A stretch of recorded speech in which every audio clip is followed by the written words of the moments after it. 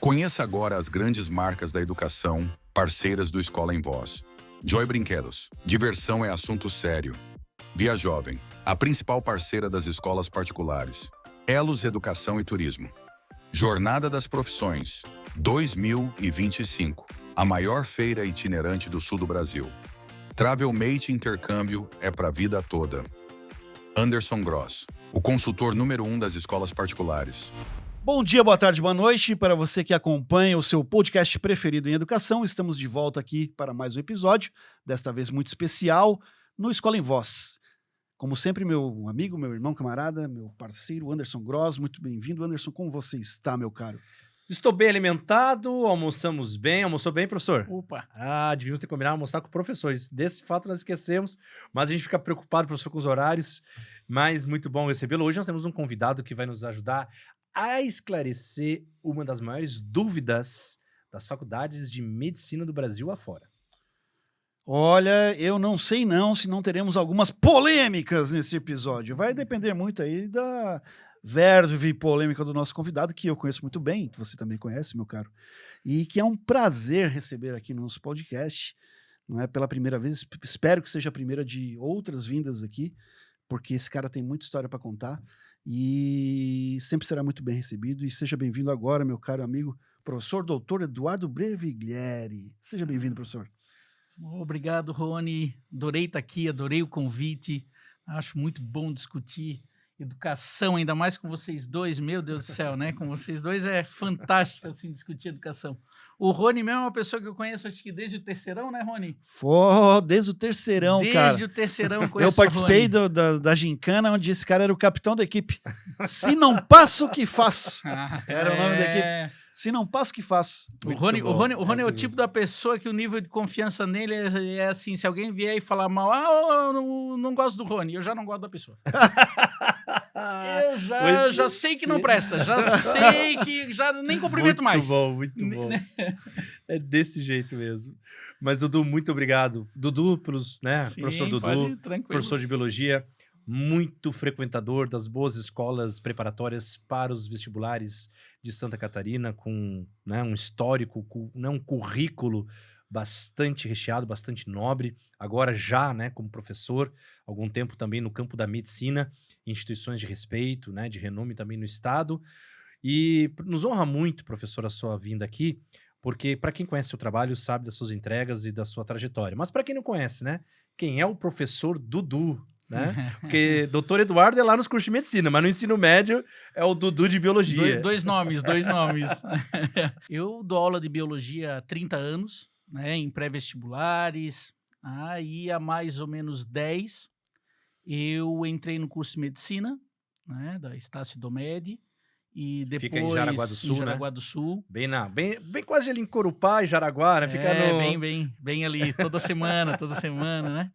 E daí depois ingressei também na Unisul e na Univale. Hoje eu leciono nessas três, além de continuar um pouquinho ali na educação básica, até na sede, no colégio lá no Nereu, em algumas escolas daqui de Florianópolis, eu ainda tenho tempo e fazendo outras coisas, Você sabe que o Nereu Ramos, para quem não tem ideia, a Escola Estadual de Educação Básica, Nereu Ramos, ali no centrinho de Santa Amaro da Imperatriz, na entrada, na verdade, ali do centro, é um colégio, ou uma escola, mais mencionada como escola, por ser da rede pública estadual, que mora nos nossos corações, Rony? É verdade. Muito nós frequentamos ali, eu primeiramente, quando comecei os trabalhos pela Unisul, e era uma escola que eu amava visitar. E é muito tinha lá a Simone na secretaria, e tinha um diretor lá, um alemão altão, que eu não consigo, mas chamavam ele de Zé, mas era um diretor da época, um diretor para frente,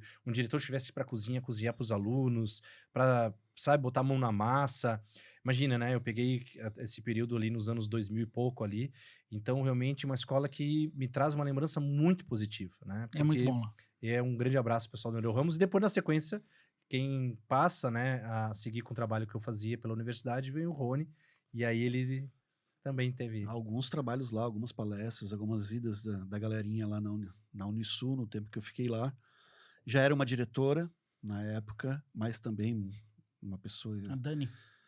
eu acho que era a Dani, uma pessoa extremamente amorosa, recebeu sempre muito bem, e os alunos com um respeito muito grande, né? Os queridos, Os alunos né? com vontade, Uhum. né? Coisa que é raro hoje em dia, a gente vê aluno com vontade. E aluno muito bom. lá tinha muito aluno com vontade, e isso era muito legal, isso estimulava a gente a ir lá sempre. É. Bom, se você está aqui assistindo o nosso episódio, não se esqueça de se inscrever no nosso canal, hein? Faça inscrição no nosso canal oficial no YouTube, dê o seu like, faça sua crítica, sua sugestão, sugira temas para que possamos trazer aqui em novos episódios e prestigie o Escola em Voz para que possamos continuar com o nosso trabalho. Nós estamos também nas plataformas de streaming da Amazon, do Spotify e da Apple Podcasts. Vamos lá!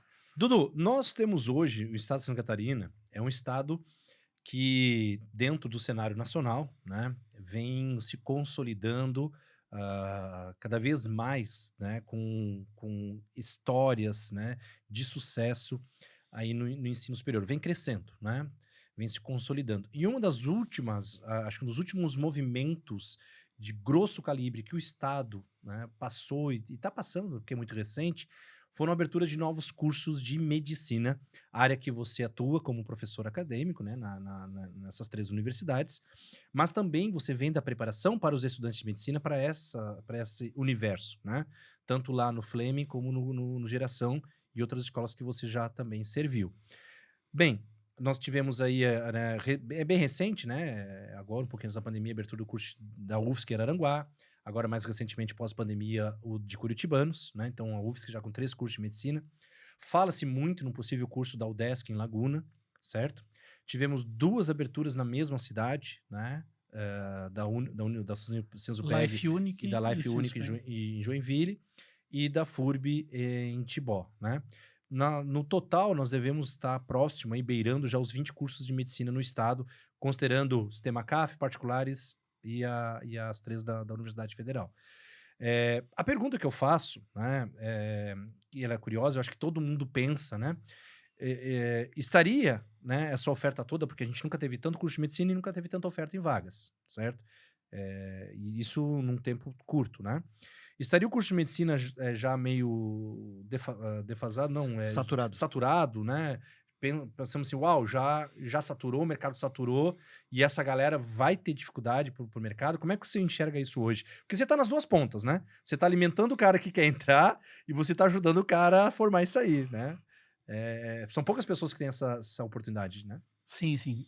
Na verdade, eu penso de uma forma um pouco diferente em relação à saturação. Tá. Né? Saturação, hoje em dia, qualquer curso de área de ensino superior, né, fora a área, eu acredito, tecnológica, E licenciatura? né, e licenciatura, eu acho que fora essas áreas, eu acho que todo curso, né, odontologia, direito, ele houve um grande boom nos últimos 20 anos, né? Na nossa época, que a gente fazia terceirão, então, voltando, a gente tinha o quê? A gente tinha a UFSC, a UDESC e as universidades do sistema CAF, né? Univale, e assim por diante. Né? Não se tinha uma grande diversidade de cursos. Né? Se voltar ali anos 90, início e meados, a Grande Florianópolis basicamente era só o UFSC e o UDESC. Era só o UFSC e o Depois UDESC. que vem a Univale Sim, ali no sertão, né? A Univale começa em Biguaçu, no Jardim Caradaí. Sim, Biguaçu. Exato. Aí depois vai pro sertão, depois vem a Unisul Pedra Branca. Então, se a gente olhar do ponto de vista histórico, história mais robusta, é muito recente. Uma coisa, digamos assim, em termos de 20 anos, eu acredito que todos os cursos em si cresceram bastante. Não foi só o de medicina. O de medicina, aliás, houve sempre um grande freio na liberação de novos cursos. O que aconteceu nesses últimos anos foi uma questão de judicializações, né, onde as universidades viram, porque é um curso que tem ainda uma grande demanda, né, um ticket médio alto de mensalidade, então é o que toda universidade, toda faculdade, né, almeja, era um curso de medicina. E nós tivemos alguns movimentos. Primeiro, um movimento do próprio governo federal em relação à criação do Mais Médicos, que é com a intenção de que foi que abriu a Estácio Domé de Jaraguá, que era, na verdade, da seguinte forma, é a interiorização dos cursos de medicina. né? Ou seja, tu criar cursos de medicina, porque um curso de medicina numa cidade, ela desenvolve a cidade, não só a saúde. Ela desenvolve em termos de tudo, né? Desde serviços, Mercado mercado imobiliário e assim por diante. gastronômico, né? Enfim. Fora a questão de formar profissionais que têm uma chance muito grande de permanecer nesses locais. Então, o projeto Mais Médicos, inicialmente, ele há 10, acho que uns 15 anos atrás, mais ou menos, ele focou nisso. Ele focou nessa interiorização. Nesse meio termo, houve, na verdade, um grande incremento dessas judicializações. Ou seja, é um direito receber uma comissão do MEC para vir fazer uma visita de autorização de um curso, né? Então, foi dado esse direito às instituições. Só que daí houve um grande boom no Brasil. Nossa, Santa Catarina, em nível, né, nacional, houve, né, uma grande quantidade de pedidos, e muitas universidades realmente entraram nessa leva da judicialização, né, porque é um direito, na verdade. Se eu monto um curso com uma boa qualidade, ofereço internato, ofereço, né, vagas, né, dentro do sistema, né, SUS, para que esse aluno atue durante a sua graduação, né, de leitos, que nós chamamos leitos SUS, ela teria o direito de colocar o seu curso, né? E daí houve um grande acréscimo. Esse grande acréscimo foi meio que barrado agora há pouco em relação... Não, vamos voltar para a regra do Mais Médicos. Ou seja, para ti abrir o teu curso, não basta apenas tu ter judicializado, vamos fazer... E uma das principais regras dos Mais Médicos é a interiorização. Então, os cursos de Joinville, por exemplo, abriram os dois ao mesmo tempo. A visita dos dois foi no mesmo dia, eu estava lá. O MEC veio, parece que foi uma coisa proposital. Ele mandou 2 comissões, uma para cada instituição, uma para, posso falar o nome? Claro, Life sim. Unique, outra para Senspeg. E o MEC veio nas duas, fez a avaliação, avaliou bem as duas têm uma boa avaliação, e isso foi adiante.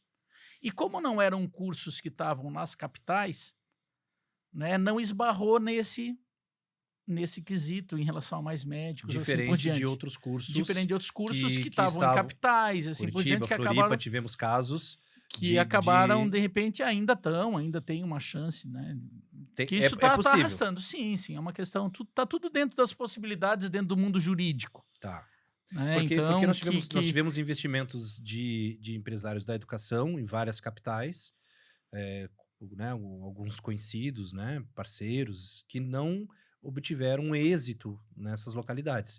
Então, isso está muito relacionado ao padrão Mais Médicos original. É essa engronha jurídica que está acontecendo. Não é pela qualidade dos cursos. Inclusive, eu participei. Você é avaliador, né? Você atua Eu sou avaliador do MEC, mas nesse caso eu participei como docente para receber o MEC perfeito. em instituições tanto em Florianópolis quanto em Curitiba. Tá. E que ainda estão, né, digamos assim, nesse imbróglio jurídico. Se essas faculdades tivessem sido em cidades interior, provavelmente o resultado... Pela qualidade delas, provavelmente. Tá. O que é especificamente o docente que recebe a comissão? É porque quando a comissão do MEC vem para fazer uma avaliação, ela vai avaliar, né, infraestrutura, ela vai avaliar o currículo, ou seja, todo o projeto pedagógico, ela vai avaliar dentro de um curso de medicina até meio diferente, é mais difícil do que dos outros cursos. Por exemplo, eu vou abrir um curso de farmácia. Eu tenho que comprovar a minha estrutura para os 2 primeiros anos. Certo. Eu tenho que ter os laboratórios para os 2 primeiros anos, eu tenho que ter o projeto para os 2 primeiros anos, e basicamente é o que eles vão avaliar. Um curso de medicina, eles estão focando muito lá na frente. Eles querem saber se esse aluno, quando chegar no internato, vai ter, né, leito SUS, que nós chamamos, para atender esse aluno e para esse aluno ter essa vaga lá dentro, para ele ter essa garantia de que ele vai ter essa formação de qualidade. Então, só aí já começa, digamos assim, uma grande dificuldade na abertura dos cursos de medicina, justamente porque ela envolve bastante isso. Né? Tu tem que comprovar já desde o começo. Que tem leitos... Tem que ter o teu corpo docente com titulação, com publicação acadêmica, com tempo de docência. Eles avaliam tudo isso, avaliam a parte pedagógica, avaliam a parte estrutural. Né? Se os laboratórios estão bons, se cabe os alunos que eles estão pedindo, estão prevendo, né? E assim por diante. O MEC é muito rigoroso em relação aos processos de avaliação, principalmente nos cursos de medicina. Por isso que eu sempre falo, eu conheço vários cursos de medicina em Santa Catarina. Eu não conheço nenhum curso em Santa Catarina que eu possa dizer assim, não, esse curso Cara, não é bom. Segura aí, vai. Não tem vai qualidade, pro vizinho. não. Eu não conheço nenhum que eu possa dizer assim, a formação aqui eu acho que é ruim. Não, tem realmente tops, tem diferenciais, mas eu não posso dizer o contrário. Eu não posso dizer assim, não, né? Esse curso aqui é ruim, esse curso aqui vai formar muito mal o aluno. Aquela nota ENAD, tá? Que inclusive saiu de medicina agora, né? Ela é feita a cada 2 anos. Mudou agora, mudou. Para medicina já mudou. Como é que ficou? A medicina agora vai ter um chamado ENAMED. Tá. Ele, na verdade, ele vai ser o quê? Ele vai ser como se fosse um Enem dos cursos de medicina. Tá. E ele vai ser... O Enem é anual. Anual, ele vai ser anual. O ENAMED também? Sim, o ENAMED também vai ser anual. Ele vai envolver das 6 áreas de conhecimento, né? Clínica médica, clínica cirúrgica, obstetrícia, ginecologia, pediatria, saúde mental e saúde da família. É uma prova que vai envolver todos esses itens, né? Todos esses assuntos, essas áreas de conhecimento médico, e ela vai, na verdade, ser, dependendo da instituição, né, que tenha os seus cursos de residência médica, que é aquele que a gente faz depois que forma, né, para ter uma especialidade médica, para ter um registro de qualidade especialista, tem que fazer normalmente uma residência. E os cursos de residência podem utilizar, assim como as universidades utilizam ou não nota do Enem, esse critério como um dos critérios, ou como único critério, ou assim por diante. Então, ele segue bem o padrão do Enem, só que para o ingresso para as residências. Residências médicas depois do curso de medicina. O aluno que vai fazer o ENAMED vai ser o aluno concluinte, então. Vai ser o aluno concluinte. O ENAD é feito um aluno iniciante. Mas para medicina daí vai ser só o ENAMED. Aí o ENAD sai. Fica para os outros cursos, né? Para o curso de medicina vai ser isso, por causa da residência. Ele substitui completamente, então? Sim. Essa é a ideia. O ENAD para medicina deixa de existir. E o ENAMED é o seu substituto definitivo. Inclusive tem uma série de pontos, assim, por exemplo, que os alunos estão se preocupando bastante, que é a questão essa nota do ENAMED geral, ela vai para o certificado do aluno. Ela vai? Ela vai para o certificado do aluno. Vai ou não? Vai para o certificado do aluno. Né? Da instituição que ela teve daquele ano. Pronto, tá aí um novo mercado.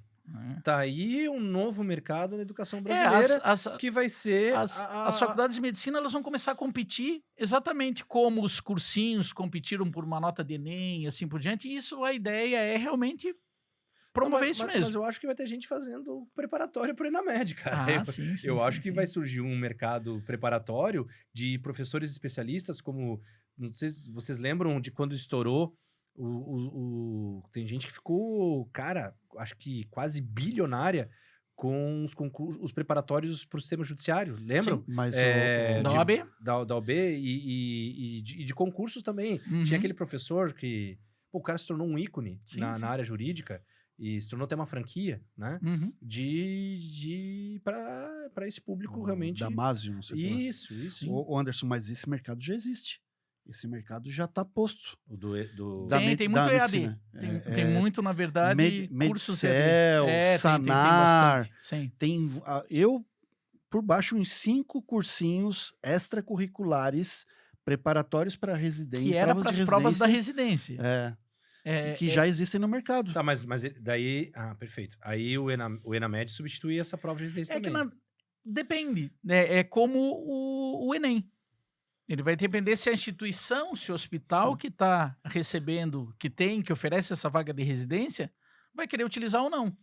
Assim como quando surgiu o Enem, né, lá em 2006, eu acho, se eu não me engano, 2010 mais ou menos, que as universidades começaram efetivamente a utilizar, acho que...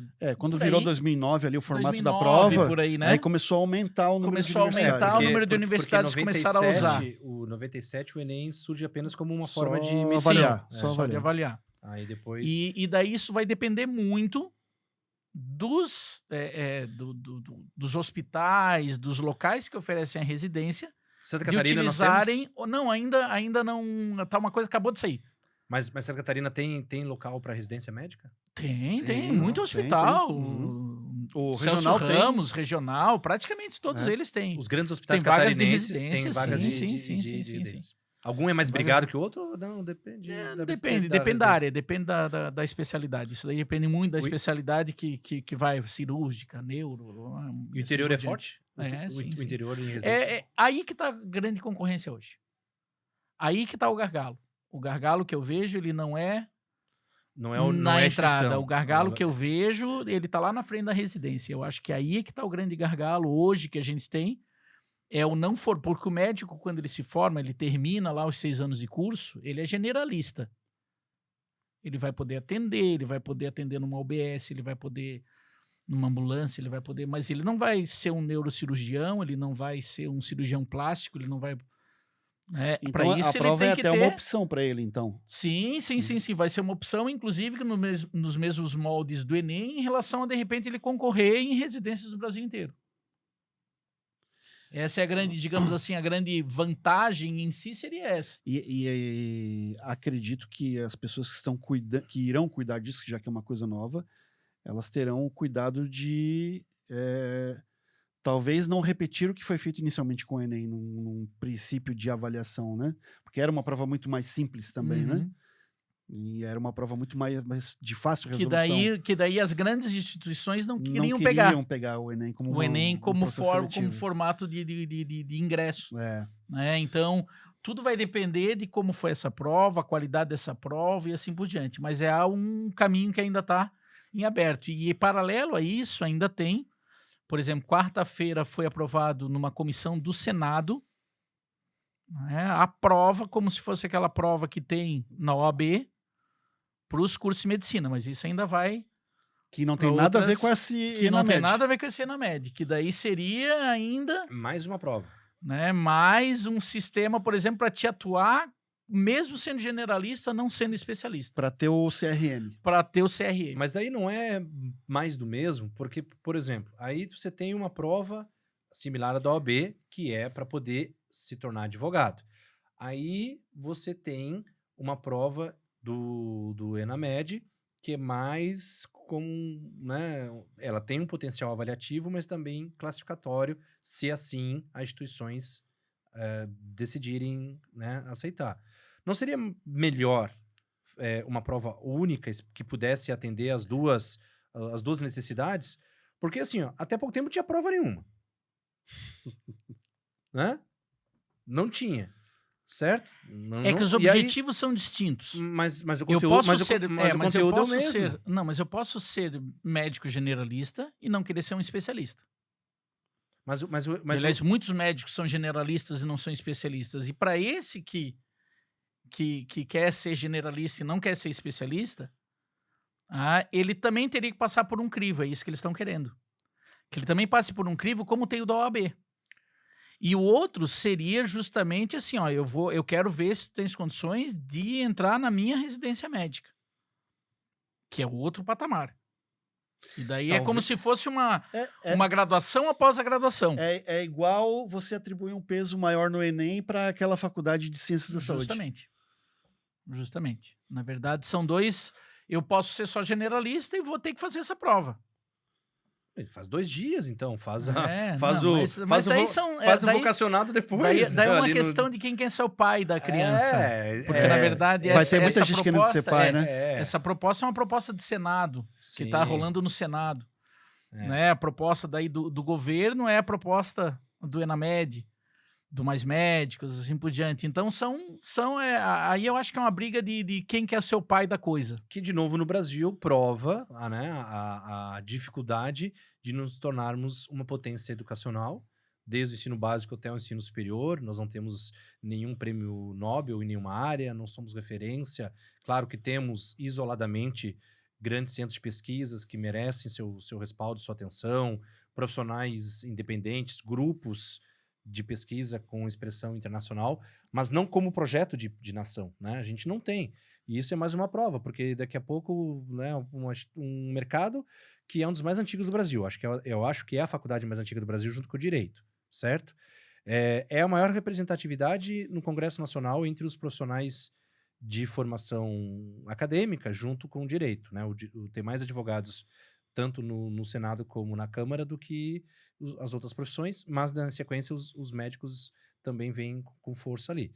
Então, o que mostra, né? Essa ideia de sempre, né? Alguém quer ser dono de alguma coisa, quando na verdade o que nós precisaríamos era de um instrumento que pudesse aferir a qualidade como a OAB faz, né?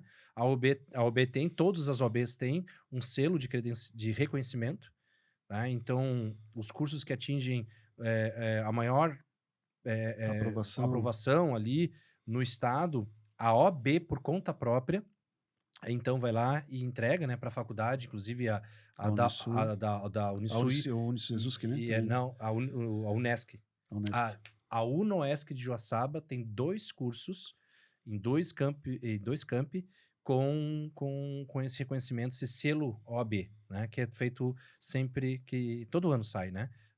Etc.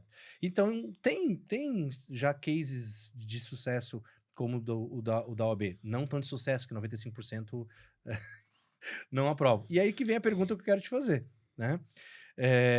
O principal moderador de qualidade do direito, né, de todo o campo jurídico no Brasil é o exame da OAB, extremamente temido, e como eu mencionei, né, tem um mercado próprio de preparação para isso, e 95% dos estudantes de direito após 5 anos de formação acadêmica não conseguem aprovar no seu principal exame, né? Não corre o risco de em medicina a gente ter uma frustração também? Sim, sim, com certeza. Dependendo de como for desenvolvido, né, esse projeto, a gente vai ter isso.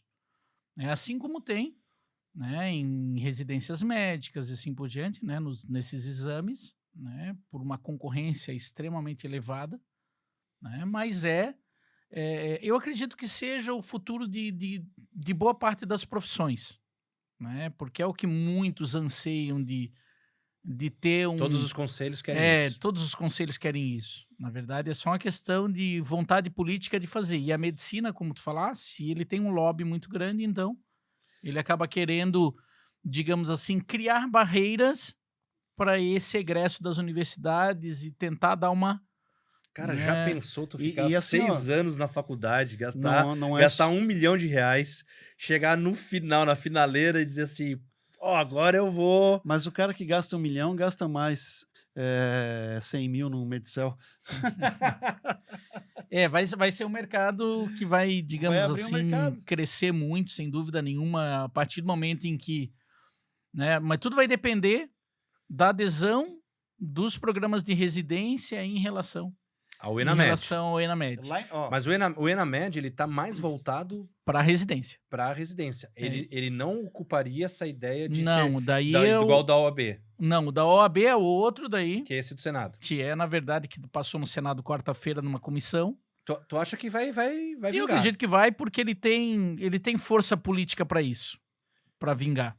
O ENAMED é mais parecido com o ENAD. Pronto. Para aferir a qualidade do formando. E vai poder ser a forma de ingresso nas residências. Tá. E o OAB de medicina vai ser realmente autorização de fato. Autorização de exercer a profissão. De exercer a profissão. Esse aqui como médico generalista, não como especialista. Tá.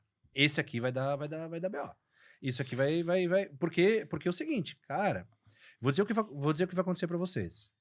Após... já é para 2026, será? Final de 2026? Já? Não, porque depende de tramitação. Tá. Mas vamos lá. Vamos só imaginar hipoteticamente, tá? Que em 2026 a gente já tem a primeira aplicação. Especularemos essa polêmica. Né? 2026 a gente tem a primeira aplicação. Final de 2026, tipo lá dezembro, tá? Ou janeiro, sei lá, de 27. Então, pós-formatura do cara de medicina de 26, que entrou lá... em 2018, 2017, está agora formando em medicina clínico geral, né? É o genérico. Cheio de vontade, né? De ir para o mercado e recuperar tempo, investimento, enfim, explodir na carreira. Ele vai encontrar 2 provas. Uma, que se ele desejar e já mirar a residência, ele vai fazer o ENAMED. E o OAB de medicina, tá? Eu vou chamar dessa forma por enquanto, tá? O OAB de medicina. Beleza? Vamos imaginar que a instituição onde ele está inserido, ele se saia bem nas 2 provas.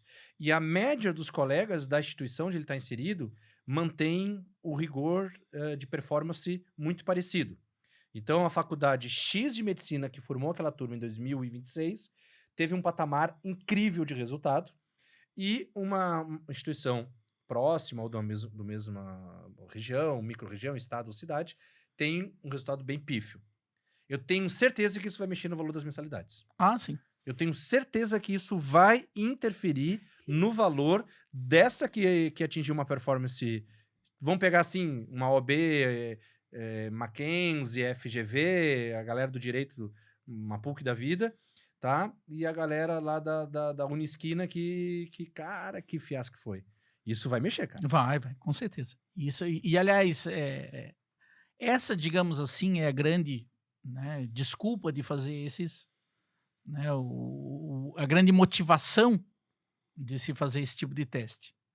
Né? Tipo, como quem diz assim, nós não conseguimos barrar a abertura de novos cursos, então vamos dar uma segurada pela qualidade desse profissional. Isso abre, sem dúvida nenhuma, né, um grande leque. Se a barreira não foi feita na entrada, ela vai porque ser feita na saída. Porque hoje, Tá? hoje Porque assim, ó. o Santa Catarina tem o quê? Mas aí, 2.000 vagas de aí medicina? não é algo a se discutir, né? barreira? Porque é o seguinte, pô, eu invisto lá milhões para abrir a faculdade passa com todos os conceitos, consegui autorização, abrir a faculdade. E aí, no decorrer do tempo, por má gestão, por uma série de situações, começa a cair a qualidade. Será que não é o caso de ter essa barreira sistematicamente ao longo do curso? E não esperar os 6 anos o cara se lascar? Vai educando o cara... Mas esses cursos, por exemplo, o ENAD, né, se ele tem uma nota baixa no ENAD, ele barra vestibular. O próximo processo. Ele barra os processos em si, ele cria diligências que nós chamamos, ou seja, o MEC vem olhar. Hoje, o ensino superior, ele tem um nível, digamos assim, de cuidado do MEC que, infelizmente, a gente não tem na educação básica. A educação básica, tu abriu uma escola, tu botou lá um monte de currículo de professor que nem vai estar lá. Nem vão estar lá. E que daí, de repente, mostrou ali uma estrutura que bobear nem era aquela estrutura aqui. E tu aprovou o curso via Conselho Estadual. Esse curso, ele nunca mais vai ter, ele vai ter uma, digamos assim, um mercado que vai... O mercado que... O mercado é que vai... corrigir. Mas não vai mais existir, não vai mais existir aquele olhar de dizer assim, ei, deixa eu medir a tua qualidade ou se tiver aqui, alguma se denúncia. tu tá... Ou se tiver alguma denúncia, alguma coisa assim. E o ensino superior, não. Os cursos de medicina, por exemplo, do Mais Médicos, que entraram pelo Mais Médicos, por exemplo, a gente recebia visita do MEC quase todo ano. O MEC vinha, olhava, não dava 2 anos, eu vinha, comissão do MEC, olhar de novo e avaliava tudo, e reavaliava. E tu não mostrar a qualidade, daí perguntava para o aluno, porque quando a gente abriu o curso, a gente botou um projeto.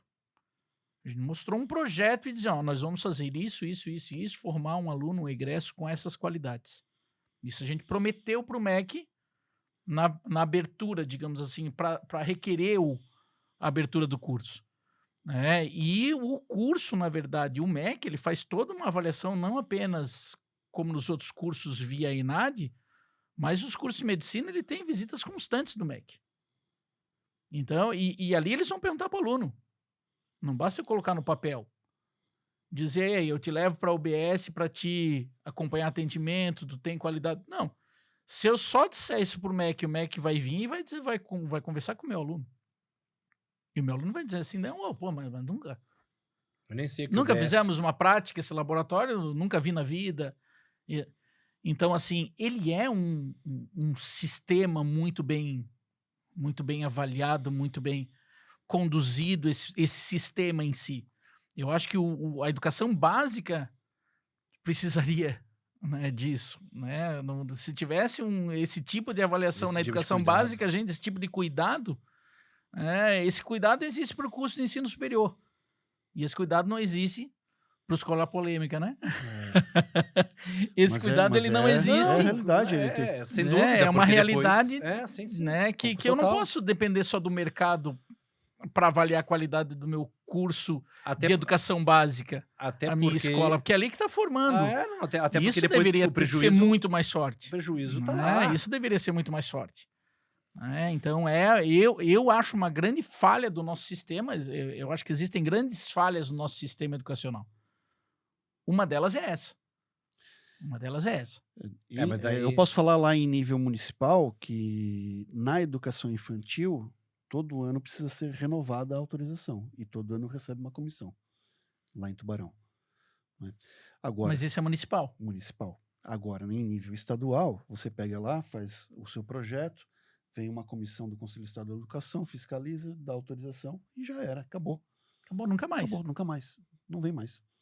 Né? Pode estar... Renova documentalmente, protocolarmente, Sim. né? E já era. Né? Ou vai ter alguma coisa muito errada que vai chamar a atenção e vai gerar manifestação, mas, caso contrário, nada. Da época que fechou o colégio lá em Criciúma, Tubarão, não teve nenhuma vinda, ninguém veio da Secretaria Estadual de Educação ou do Conselho Estadual de Educação. Ninguém apareceu em Tubarão para ver isso. Por quê? A gente que foi atrás deles para poder... olha pra gente aqui e salva a gente.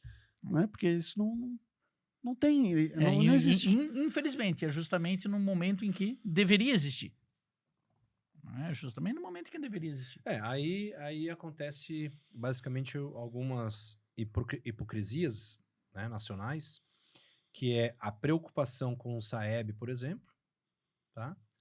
Uma preocupação apenas do ponto de vista político, porque aí saem, né, os municípios de maior visibilidade, certo? Sai tudo aquilo, sai na mídia tradicional, enfim, e as escolas, né, os municípios que não têm resultado satisfatório acabam, digamos assim, tendo a imagem, né, meio que ali atingida, né, meio fragilizada. Mas o interesse do secretário de Educação ou do prefeito é praticamente político, não é qualidade da educação. Sim, É o mais perto que a gente tem de um esforço de aprendizado realmente de nação, né, de institucional, vamos dizer, né? Estamos educando nossas crianças, estamos alfabetizando corretamente, estamos zelando, né, pelo desenvolvimento cognitivo, psicomotor, psicossocial, né? Estamos fazendo as nossas crianças serem verdadeiramente protagonistas, né, da sua aprendizagem. Cara, ninguém nem sabe o que é isso. O que importa é a nota lá do SAEB. E a pressão, né? digamos, A na pressão. educação básica, daí, em relação a escolas particulares, daí seria tu ir bem no Enem, tu ir bem aprovar na UFSC, o primeiro colocado, aprovar no... Então, essa é, digamos assim, a garantia de É o mais qualidade perto. que tu tem, Mais perto. né, do num ENAD. sistema. E que no ensino superior também vai se tornar. A gente tem hoje 2 formas de currículo, né, no curso de medicina. O que nós chamamos de currículo tradicional, o que nós chamamos de currículo integrado, que o pessoal chama de PBL. Mas PBL é apenas uma das metodologias dentro de um currículo integrado. Tá. Né? O que seria o que é o tradicional? O tradicional é aquele, digamos assim, as disciplinas, né? Tu vai ter anatomia, tu vai ter histologia, tu vai ter a patologia, né? A farmacologia, mais disciplinar, né? Aquele mais focado em disciplinas.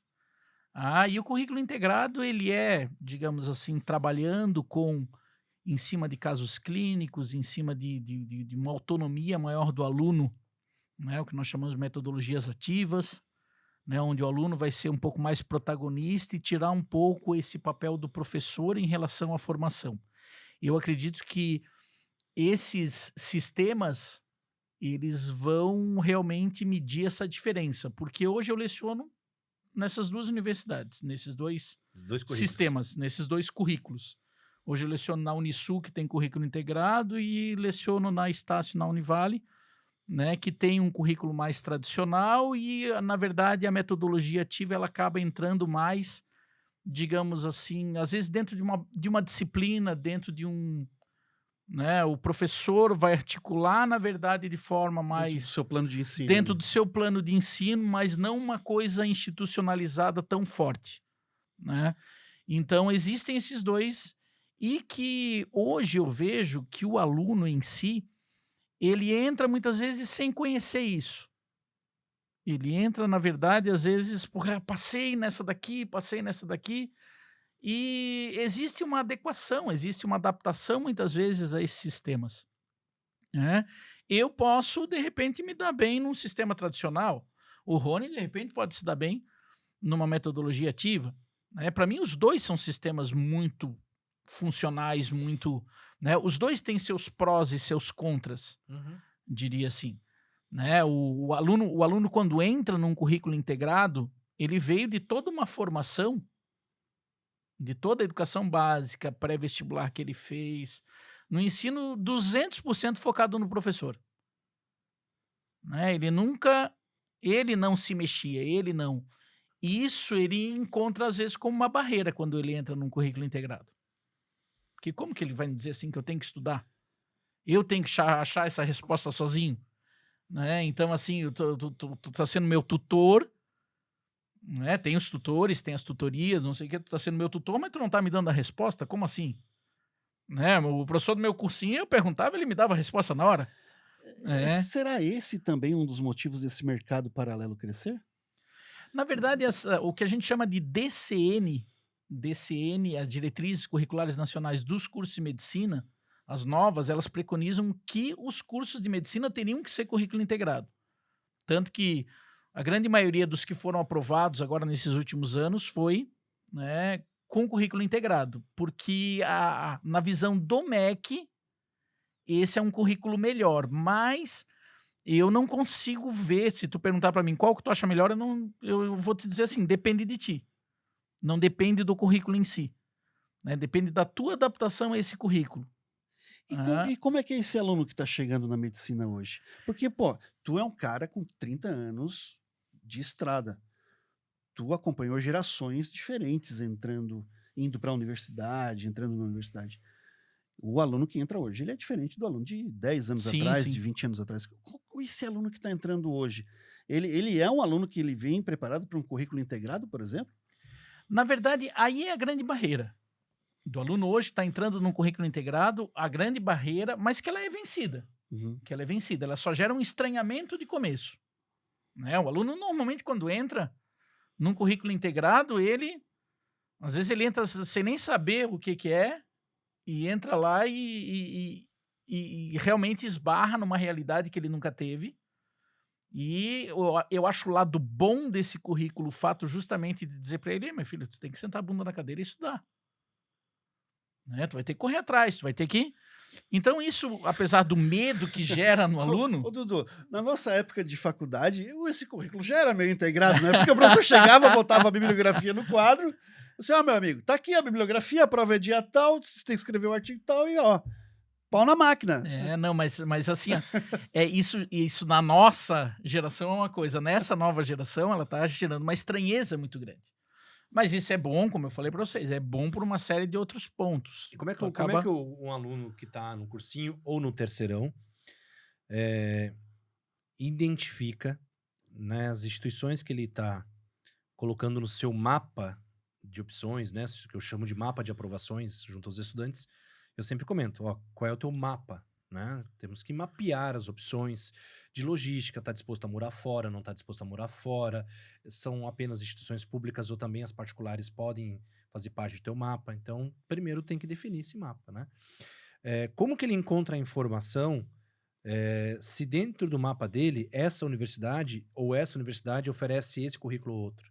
Para que ele possa até ter uma chance de escolha. Uma dica, hoje a informação ela tá, né, transparente, aberta, tá transparente, rápido. aberta em tudo quanto é lugar. Tá. Né? O que está faltando hoje é a vontade de buscar essa informação nos que alunos. para essa geração também é um desafio. É um desafio. Mas assim, se eu entrar em qualquer universidade hoje, né, eu entro, por exemplo, vou entrar lá no site da Estácio e do Med lá de Jaraguá e eu quero ver. A hora que tu abrir, vai ter disciplinas. Vai ter a grade, né, de disciplinas que tem. Aí tu vai olhar, tu vai identificar ali, ó, que tem farmacologia, que tem a citologia, que tem a embriologia, né, e assim vai. Anatomia, às vezes tudo agrupado, às vezes um pouco mais agrupado, como é o caso de lá, SOP, né, Sistemas Orgânicos Integrados, que vai anatomia, histologia, fisiologia meio que seguindo juntas, né? Mas tu vai encontrar essa grade muito bem definida. Quando tu entrar no site da Unisul, por exemplo, tu já não vai ver isso. Tu vai ver, normalmente, eixos. Necessidades, cuidado em saúde, NCS. Tu vai encontrar ele desde a primeira até a 8ª fase. Né? A partir do 9º, 10º, 11º, 12º é o internato. Mas, assim, esse internato é muito semelhante das duas. Isso aí não modifica tanto. Mas esse início, até o 8º período, tu vai ver aqui, esses grandes eixos. Então, e dentro desses grandes eixos, tu vai ter essas discussões. A grande característica desse currículo integrado é o fato de que, por exemplo, vamos fazer aqui uma comparação. Se eu pegar, por exemplo, eu dou aula de biologia em pré-vestibular, vou falar de sistema digestório, eu vou explicar para eles de forma, normalmente, o grande problema, aliás, é um grande problema do ensino médio, coisa muito assim, uma causa e uma consequência. Tu tem esse vírus, causa essa doença, tem essa. E quando esse aluno entra lá, ele vê que quando a gente fala em saúde, a coisa sempre é multifatorial. Tu sempre vai ter que avaliar com uma árvore, assim. E ele não está acostumado a isso. Aí eu acredito que seja grande barreira, independente do currículo integrado ou não, acredito que seja grande barreira. Porque quando eu estou dando aula do cursinho, eu não posso entrar muito e aprofundar. Eu sei até onde eu vou no cursinho, eu sei a partir de onde que eu vou no ensino superior. Então, isso é um detalhe importante. Mas o aluno daí, então, quando ele estiver lá, ele vai olhar esses currículos. E ele vai ver, esse daqui é um currículo mais integrado. E eu tenho uma forma de explicar hoje no cursinho que vai ser justamente essa. O pâncreas libera essa enzima, faz isso, faz aquilo. Num currículo tradicional, tu vai ver a fisiologia, tu vai ver a anatomia, tu vai ver a histologia do pâncreas, tu vai ver todas essas disciplinas, depois vai pegar a patologia, depois vai pegar farmaco e assim por diante. E num currículo integrado, nós vamos ter isso visto em diversas etapas. Vamos ter assim, um caso clínico que trabalhe uma pancreatite aguda, então ele vai ser visto esse semestre, vai ser visto semestre que vem, vai ser visto no outro semestre, e assim vai, ou seja, ele vai num modelo que nós chamamos em espiral. Em espiral, tá. Com a metodologia ativa para esse aluno ir buscando essas respostas. Então eu diria que se a gente comparasse o pré-vestibular, o currículo tradicional, o currículo integrado, eu diria isso. O que eu vejo de grande dificuldade, como o Rony perguntou, desse aluno que está entrando, é essa dificuldade hoje toda a educação básica ela é focada em prova. O aluno ele cria ao longo de toda a sua educação básica a ideia de que ele tem que estudar para uma prova, tirar aquele ponto, e ele liga um mecanismo de autodestruição da informação assim que ele sai da prova que ele não lembra nem o que caiu. Esse aluno está chegando na faculdade e lá a gente está querendo dizer para ele assim, não, cara, o que tu aprender aqui, tu vai ter que ir. Vai ter que guardar, que vai levando, ter que usar, tu vai ter que ir construindo e não jogando esse fora. Então, aí tá, eu acredito, a grande barreira, ela tá aí. Mas a barreira, então, a gente pode falar que está no processo seletivo para a universidade. Também. Porque, assim, eu tenho minhas críticas aos sistemas educacionais, sistemas de ensino apostilados, né? Só que a grande maioria deles, se não a todos, eles trabalham de forma espiralada, né? Eles vão construindo conhecimento. E dentro dessa construção do conhecimento, tu vai parar num lugar chamado terceirão, né? Que tu vai ter que enfiar na cabeça do aluno tudo e ele não vai saber nada. Para fazer uma prova para ele poder entrar na universidade. Porque o modelo, né, do que você traz da prova, ele passa a ser o ponto de chegada do conteudista. aluno. É o ponto de chegada. Então, se eu chegar aqui e conseguir passar minimamente o que me é requisitado, como você mencionou, o que eu adquiri, e se caso adquirir, eu posso descartar. E Né? tu- Porque não tem um sentido de utilização posterior. Né? Se a gente pegar, por exemplo, a quantidade de tanto de química e biologia que esse aluno ele estuda desde o 9º ano até o 3º, dava para formar ele em farmácia. Dadas as devidas proporções, claro, pelo amor de Deus. Estou usando ali a quantidade de conteúdo que ele tem acesso, claro, alguns ou com mais de outros menos profundidade, mas ele vê tanta coisa de química, ele vê tanta coisa de biologia, simplesmente para depois responder em 10 questões e não ver o sentido de utilidade daquilo pro... E o perfil é exatamente como o Dudu falou. O aluno, ele enxerga a próxima prova. Ele não consegue enxergar lá na frente que ele precisa, né, galgar de conteúdos e de conhecimento para poder fazer lá na frente algo que ele construiu ao longo do tempo. Ele está sempre preocupado com a próxima prova do calendário. Sempre a próxima prova do calendário. Ô, Rony, tu lembra que eu morei uma época em Cuiabá, né? Certo? Lá eu fiz o meu mestrado em educação e eu não me esqueço uma situação em que eu estava conversando assim, num congresso com uma professora da Federal e ela metendo pau em pré-vestibular, porque pré-vestibular é musiquinha, pré-vestibular é decoreba, pré-vestibular, e eu falei para ela, eu digo, olha, o pré-vestibular, na verdade, ele se adequa aos sistemas de vestibular. Né? Se o vestibular cobrasse ponto cruz, os cursinhos ensinam ponto cruz. Na verdade, os cursinhos eles só se adequaram a um conteudismo que foi posto pelos vestibulares. Né? Então, a partir do momento em que os vestibulares cobram o número de anteninha, o número de patinha, o colenquima e o esclerênquima, ele cobra esse tipo de questões do aluno que é uma decoreba pura e sem sentido. O cursinho, o terceirão, qualquer escola que queira que seu aluno vá bem no Enem, vai empurrar isso daí goela abaixo desse aluno. Então, o sistema educacional brasileiro ele foi inteiramente moldado e isso afetou, inclusive, até o ensino fundamental, não só o ensino médio. Então, esse sistema, na verdade, é um sistema que está formando e que o aluno está entrando na universidade, né, e até nos cursos de medicina. Porque, né, se pegasse o curso de medicina na época que só tinha a UFSC, basicamente, e quando o aluno tivesse uma particular, que é a comunitária, que só tinham, né, as comunitárias, né, Univale, assim por diante, ele tinha um patamar enorme, ele tinha que ir lá em cima no vestibular. Hoje em dia, o que trouxe esse aumento foi justamente a diminuição na concorrência para a entrada. E isso é uma consequência desse aumento. Então, ele não tem, hoje em dia, a gente tem alunos que não se compara com o aluno que entrava há 20 anos atrás num curso de medicina de uma UFSC, né? E até hoje, na verdade, né, um aluno que passa num curso de medicina da UFSC, ele tem um nível, digamos assim, de capacidade de sentar, estudar e assim por diante, muito maior do que um que entra, né, direto de um terceirão, de repente, como a gente tem aluno hoje nas faculdades particulares, muitos alunos vêm direto do terceirão.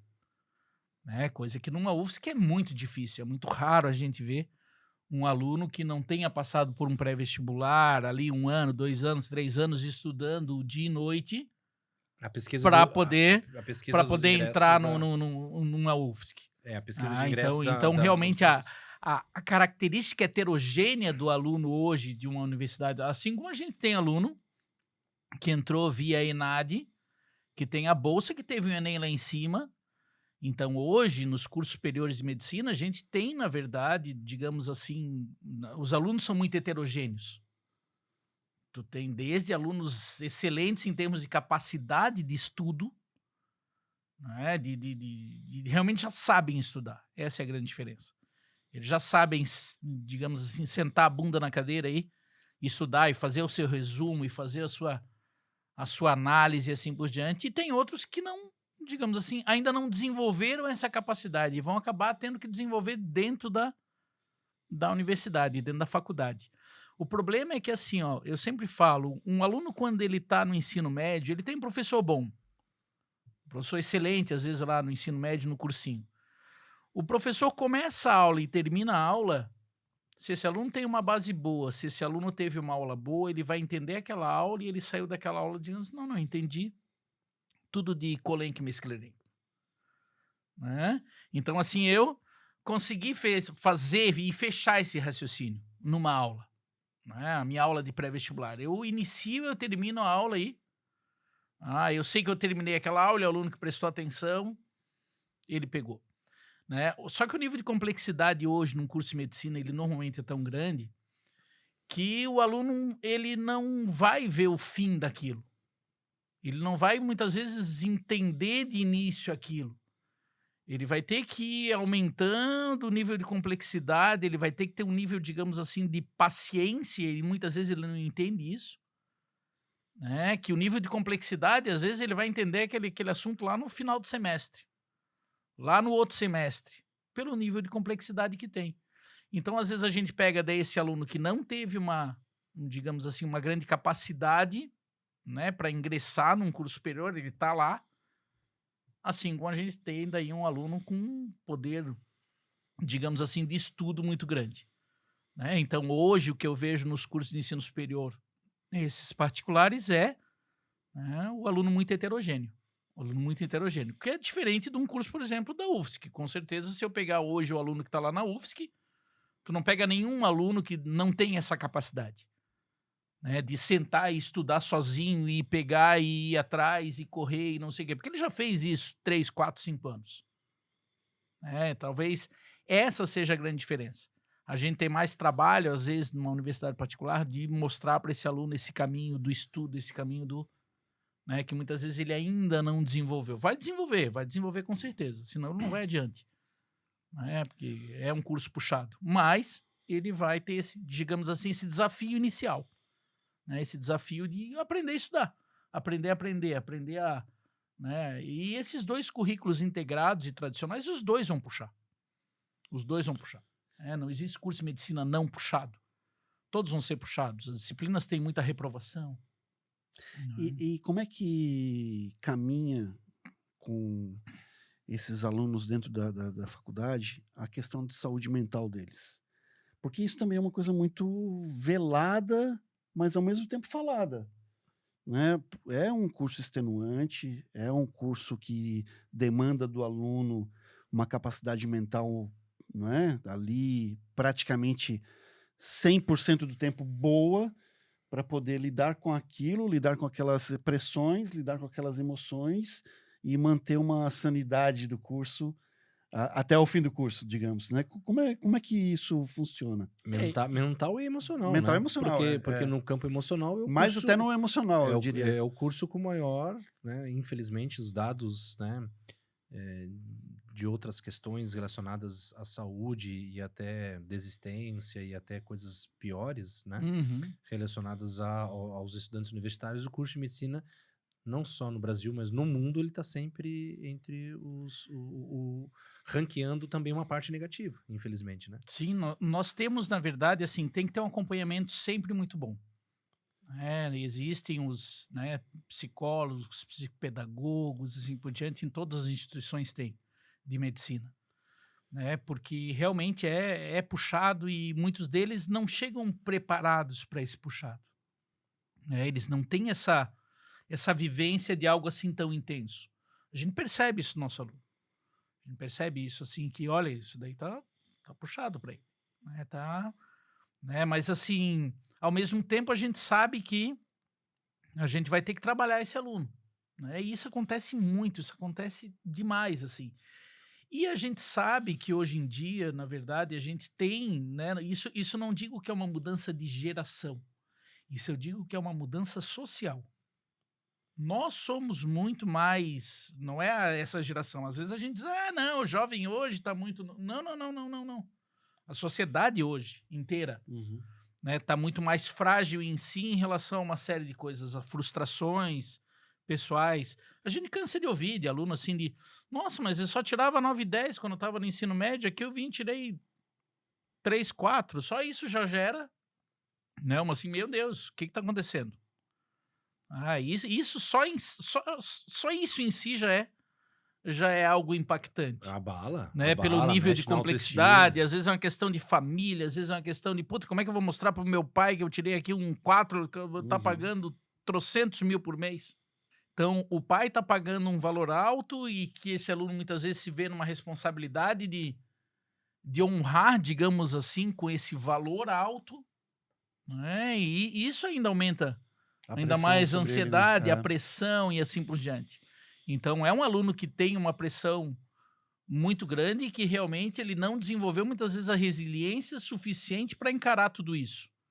É puxado, a gente vê o quanto é puxado para esse nosso aluno, né? A gente procura assim, eu sou muito um professor que bato e assopro, né? Eu sei levar por esses caminhos justamente de na hora de puxar, eu sei que eu vou puxar, na hora de puxar aqui do lado, vem cá, lá, vamos, E aí eu né? posso te garantir que isso foi a educação básica que te deu, né? Sim, sim, com certeza, com certeza. A maior escola que a gente teve foi, né, e hoje é engraçado porque não só no curso de medicina, mas como em qualquer curso, né? Quem é o professor de direito?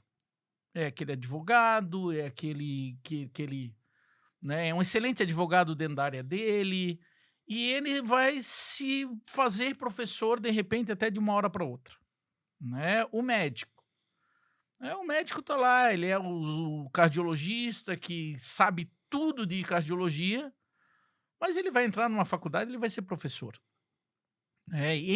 Essa formação para ser professor é, digamos assim, uma das grandes barreiras, não na medicina só. Eu acho que em qualquer área. Sim.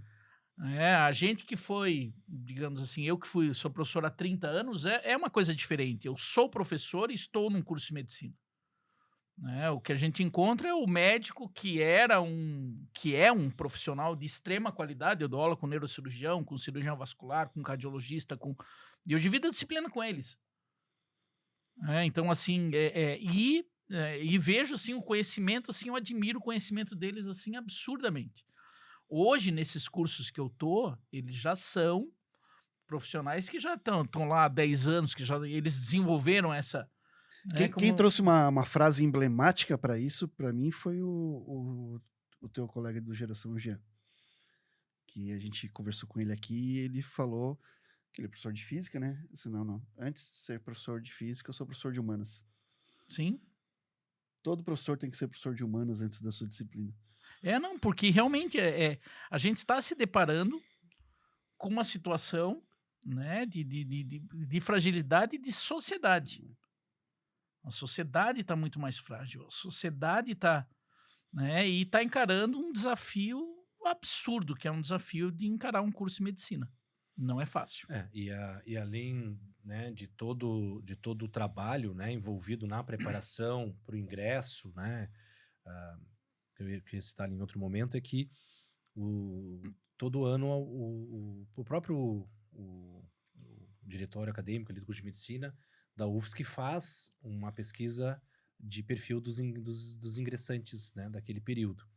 E aí, para entender se o cenário está parecido com os anos anteriores, se houve alterações, né? E é isso mesmo, é um aluno mais envelhecido, no sentido de estar mais perto de 20 anos de idade do que de 17, já com 3 vestibulares em média, né? Então é muito raro um aluno de terceirão. Então ele traz consigo muitos anos de preparação e muitos anos, média de 10, 12 horas de estudo por dia, um aluno de medicina, um candidato à medicina hoje, de um terceirão de cursinho, ele gasta mais ou menos isso, 10, 12 horas. E ele já carrega com ele uma frustração, né? De não ter conseguido nas suas primeiras tentativas do ingresso.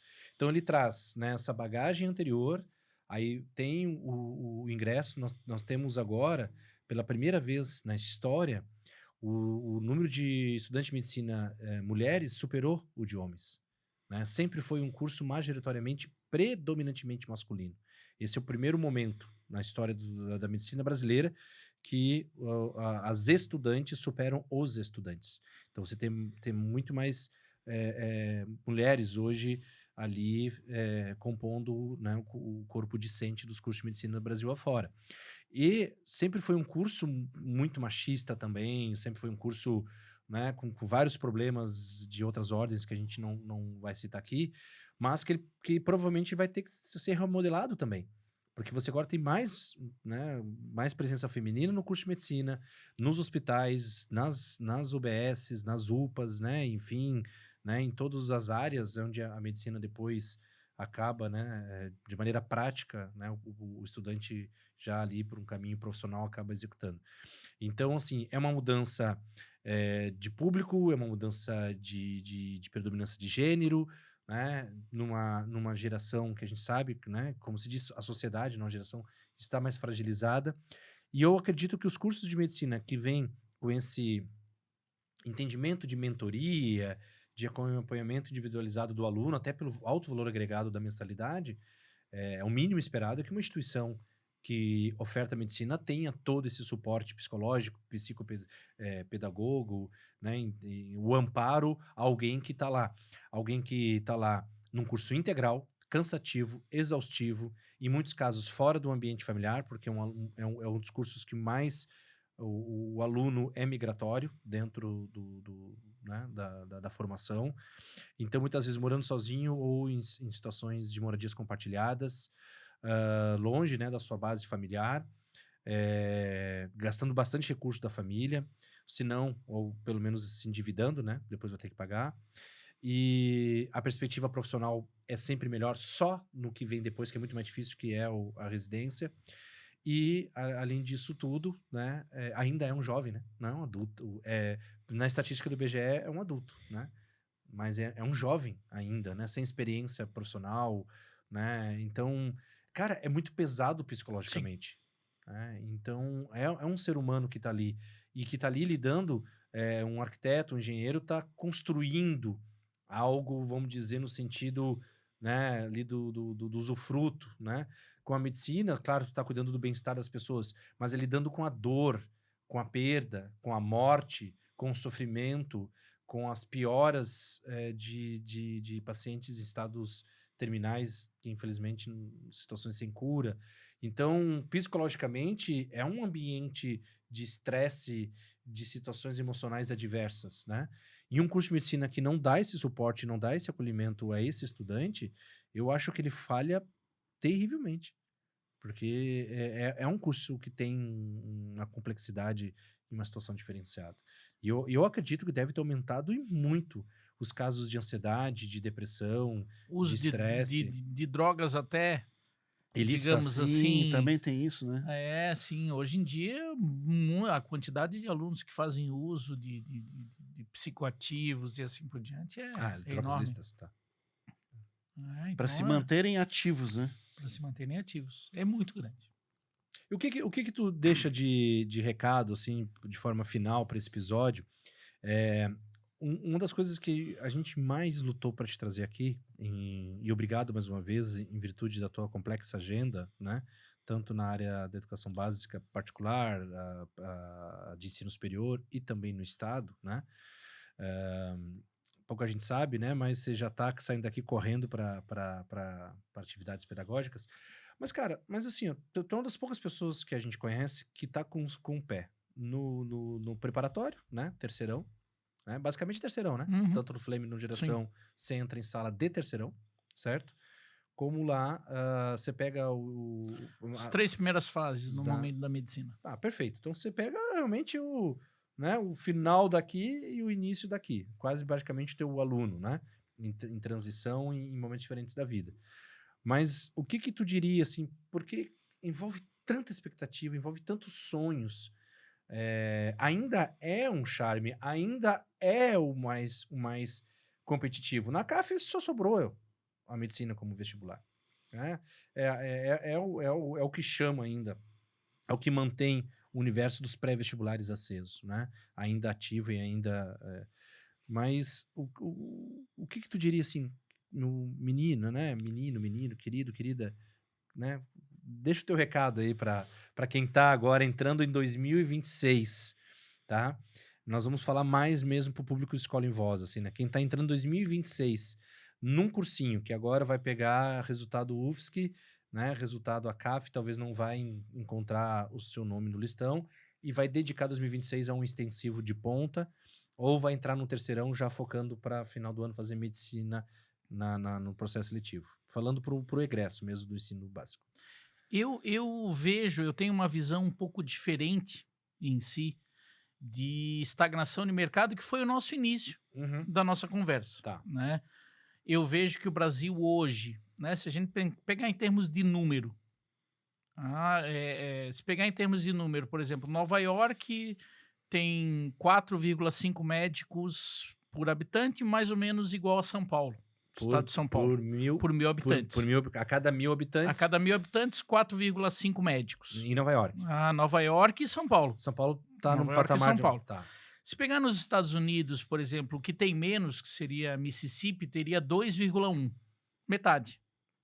Se a gente pegar no Brasil, no Maranhão tem 0,9. 4 vezes menos. Do que São Paulo. Do que São Paulo. Tem Então, um ideal? Tem de uma... 2,5 a 3,5 seria um padrão ideal. Isso né? Orientado por quem? Por A Organização Mundial de Saúde. Tá. Então existe existe uma existe conta, uma metodologia. Tá. O Brasil, ele tá, na verdade, no 3. Ele tá ali, no 3. A gente pensar, não, o Brasil, então, tá bom em termos de número de médicos, mas não. A grande questão do Brasil é a desigualdade. Né? Por exemplo, Florianópolis tem 10,48 médicos a cada 1.000 habitantes. O dobro de Nova York? Muito mais que o dobro. De Nova York muito mais e que o do dobro. que São Paulo? Do que São Paulo. Não, daí São Paulo em nível... tá. São Paulo em você nível citou... estado. Tá. Em nível estado. Mas, assim, daí se tu pegar no interior do estado inteiro, ele tá variando em termos de 2.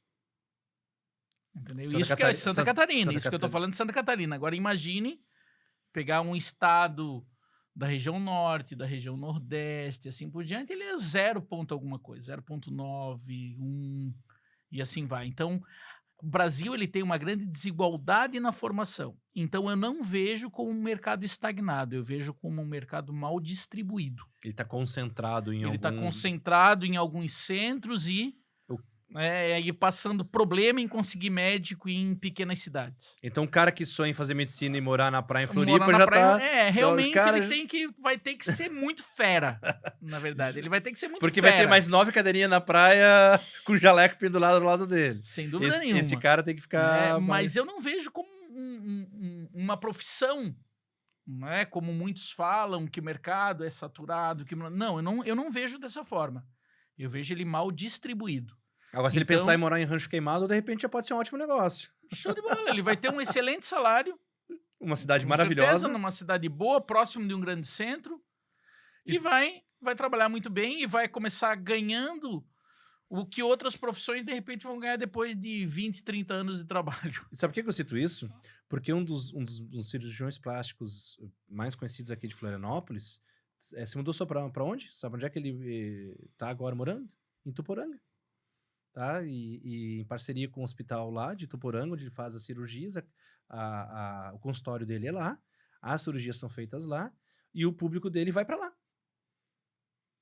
Tá morando numa cidade maravilhosa, uma cidade pouca gente sequer sabe onde é, e esse é um fato extremamente real. Né? Faz parte da situação. Às vezes você está num mercado que está mais saturado, mas se você olhar, né, para a interiorização das especialidades médicas, e especialmente cidades ricas, Tuporanga é uma cidade rica, Rancho Queimado é uma cidade rica, dadas as suas devidas proporções. Quer ver uma cidade que é rica, pouca gente conhece? Braço do Norte. Braço do Norte, você não tem pobreza. Quando eu digo pobreza, eu estou falando bolsões de pobreza, etc. Naturalmente que tem todas as rendas, né? Mas você tem muita oportunidade no Brasil afora. Sim. Cidades então eu não vejo, eu ainda discordo desse discurso da saturação de mercado. Certo? Então eu não sou muito adepto a essa ideia. Eu sou adepto realmente da ideia de que se tu quiser ser médico em Floripa, realmente tu vai ter que suar muita camisa para ser médico em Floripa. Até porque deve ter bons médicos aqui também. Sem dúvida nenhuma. Número, em qualidade número, e quantidade. Quantidade, áreas e assim por diante. Outro fator é assim, eu acho muito importante que esse aluno ele tenha consciência de que ele está entrando num curso com alto nível de dificuldade, independente do currículo que ele vai fazer, é integrado, é tradicional, é uma universidade, como eu falei para vocês, eu não conheço faculdades aqui em Santa Catarina ruins de medicina, então todas elas vão ter, né, digamos assim, uma grande intensidade, como a gente estava discutindo agora há pouco. Eu acredito que a grande preparação do aluno ela deva ser não apenas no passar no processo seletivo, ela deva ser uma mudança de chave na cabeça. Uma mudança de chave de começar a querer aprender as coisas e realmente aprender como ela é, o porquê daquilo, e absorver aquela informação não para fazer uma prova. Né? E começar a mudar essa forma de pensar o conhecimento. Porque conhecimento, eu acho que a gente teve outra grande mudança social que eu vejo, é aquela mudança de dizer assim, já que nós não conseguimos segurar todo mundo entrando na universidade, vamos convencer esse povo de que estudar, né, não leva a nada. Né? E eu vejo um grande movimento em redes sociais, tanto que tu pega, às vezes, hoje, numa turma de terceirão, tu tem, às vezes, 20%, 30% dos alunos que não querem fazer UFSC. Que não querem fazer ensino superior. Entendeu? Existe Então, assim, um movimento por quê? contra Porque o ensino superior bem significativo. Então, justamente, então existe, não sei, eu não sei se isso daí é uma coisa pensada, né, uma teoria da conspiração de dizer assim, não, vamos convencer ele que ele não precisa estudar. E tá muito forte isso. Isso eu acho a principal, digamos assim, que eu tenho realmente uma apreensão muito grande com esses jovens, com esse nosso aluno de ensino médio, com esse nosso aluno de ensino fundamental, da rede pública, né, que parece que convenceram eles de que estudar não é o caminho. Então, isso me deixa muito triste. Perceber que eles vestiram essa camisa de dizer, não, eu vou ficar sem estudar porque assim eu vou me dar bem na vida, não preciso estudar. Então, assim, e eu vejo o estudo como o único caminho. Eu vejo o estudo como... E hoje existe a oportunidade. Hoje existe a oportunidade, tanto para o rico quanto para a pessoa que não é rica, né? Quanto para a pessoa de baixa renda, conseguir estudar. Existe isso. Né? Então, nós temos alunos, eu tenho um aluno, né, que estuda ele veio da Ilha do Marajó, para você ter uma ideia, e não tinha dinheiro quase para pagar aluguel. Ele passou, né, via ENAD. Ele faz um esforço enorme para estar lá estudando. Mas eu fico muito feliz em ver esse aluno. Eu fico muito emocionado em ver esse aluno, porque eu sei que o quê? Cara, esse cara tá lá batalhando e ele realmente vai conseguir se dar bem pelo estudo. Né? Porque o estudo é o caminho. Para mim, o único caminho que existe... Eu nunca parei de estudar para fazer mestrado, parei de trabalhar para fazer mestrado, para fazer doutorado e assim por diante. Sempre fiz trabalhando e estudando. O Rony conhece um pouco. Né? Nunca parei, nunca... Né? Então, assim, sempre tive uma... Né? Eu era inspetor de aluno no Geração quando eu fazia cursinho. Depois, trabalhava de manhã e estudava à noite. E assim vai. Mas eu sempre vi o estudo como esse caminho. Né? Então, e é o que eu digo hoje pro jovem. Cara, o estudo é o único caminho. Tu até pode chegar lá na frente e não usar tanto o teu estudo, tudo bem. Tu pode, de repente, né, ter uma outra coisa, mas tu vai ter o estudo, tu vai ter o conhecimento, tu vai ter... Né? Então, esse para mim é o caminho. Essa para mim é a grande mensagem que eu deixo para qualquer jovem hoje em dia. Né? Estude, que estudar é o único caminho. Perfeito. Obrigado, Dudu, pela presença. Desejamos sucesso imenso em toda a tua trajetória, que já é uma trajetória de sucesso, que continue sendo, que todos que tenham a chance de assistir tuas aulas, tanto nos terceirões como lá nos cursos de medicina, né, que tem essa grata satisfação de te ter como professor.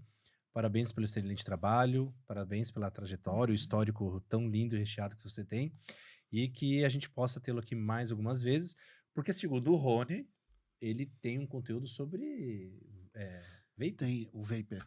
A gente tem que trazer ele aqui para falar sobre Vapor. O Rony me provocou muito sobre isso, mas eu não quis abrir mão da discussão dos currículos, né?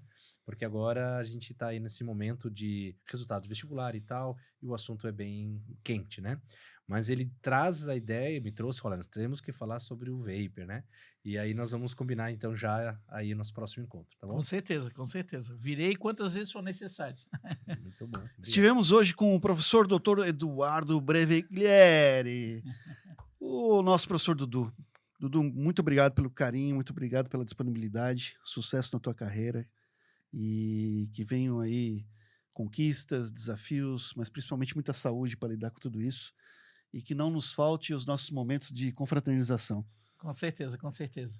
Para você que nos acompanhou até agora e curtiu esse conteúdo, faça o seguinte, inscreva-se no nosso canal, compartilhe ele, dê o like neste vídeo, sugira vídeo, sugira conteúdo, sugira entrevistados que a gente traz aqui para conversar com você.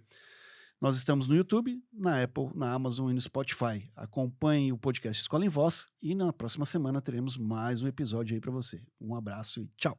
Este episódio do Escola em Voz contou com o apoio das seguintes empresas e marcas. Joy Brinquedos. Diversão é assunto sério. Via Jovem, a principal parceira das escolas particulares. Elos Educação e Turismo. Jornada das Profissões 2025. A maior feira itinerante do sul do Brasil. Travelmate Intercâmbio é para a vida toda. Anderson Gross, o consultor número 1 das escolas particulares.